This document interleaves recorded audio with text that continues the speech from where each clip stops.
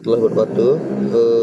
Di sini kami dari kelompok 4 menjelaskan tentang penjelasan konsep dan implementasi single perceptron. Nah, ini ketua kelompok kami yaitu M. Irfan Maulana Putra dan anggotanya ada Budi dan Yudhistira. Nah, nah, sini ada yaitu apa itu perceptron. Nah,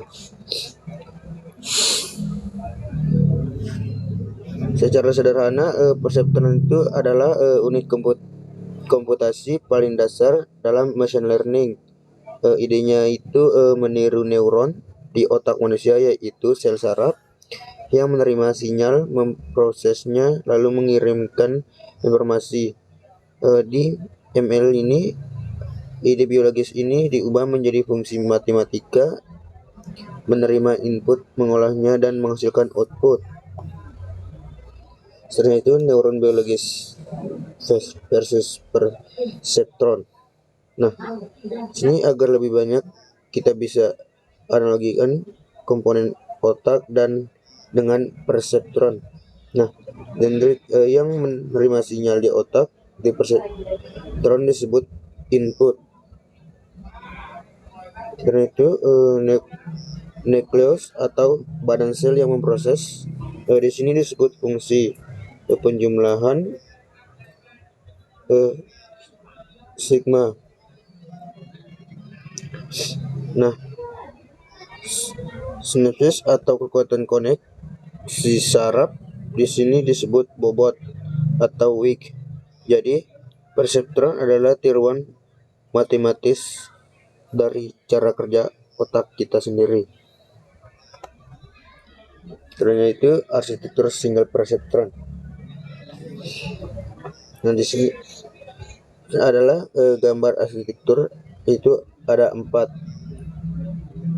Nah, itu input, bobot, bias, sigma, output. Nah, input data yang masuk, bobot yaitu nilai yang menentukan seberapa penting suatu input, biasnya itu nilai tambahan agar model lebih fleksibel. Nah, dan output itu hasil akhir perhitungan. Semua ini diproses dalam blok penjumlahan sigma. Nah, setelah itu akan dilanjutkan oleh rekan saya. Baik, yang selanjutnya itu rumus matematis perception. Jadi rumusnya sangat penting dan sederhana. Di sini ada Y sama dengan sigma XI kali WI plus B. Jadi artinya output sama dengan jumlahkan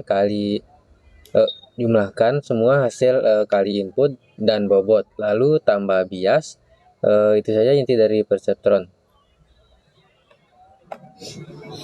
Nah, selanjutnya di sini ada proses feed forward.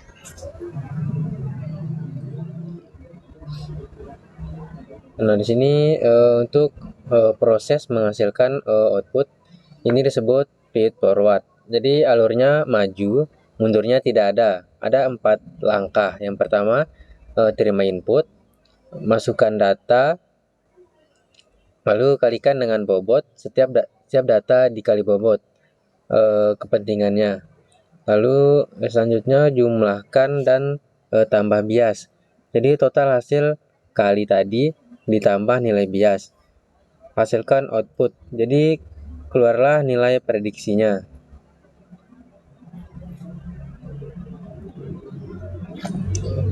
Selanjutnya mengapa bias itu diperlukan? Jadi coba bayangkan kita tidak ada bias.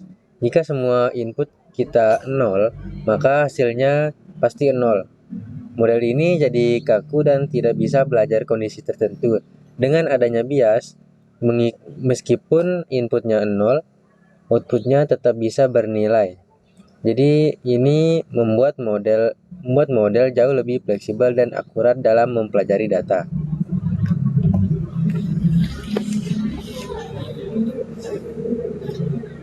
Di sini adalah contoh perhitungan manualnya. Mari kita buktikan dengan angka. Misalnya kita punya 3 input dan 3 bobot. Kita kalikan input dengan bobot masing-masing 0,5 time 0,4, 0,8 dan time 0,3 dan 0,2 dan time 0,9. Hanya kita jumlahkan lalu tambahkan bias 0,1. Totalnya adalah 0,772. Inilah output Y yang dihasilkan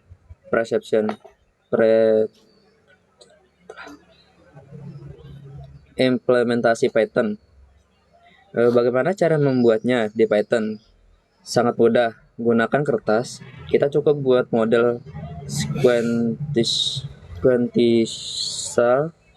dan tambahkan layer dash. Perintah dance 1 input shape sama dengan 3.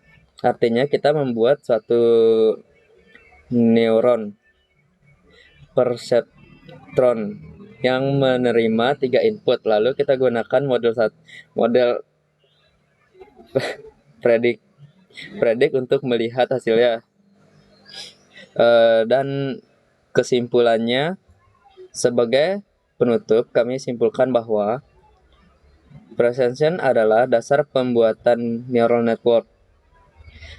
Ia bekerja dengan menimbang input X, menggunakan bobot W, dan menambahkan bias B. Prosesnya disebut free forward. Implementasinya di kode sangat visible. Terima kasih atas persetujuannya. Assalamualaikum warahmatullahi wabarakatuh.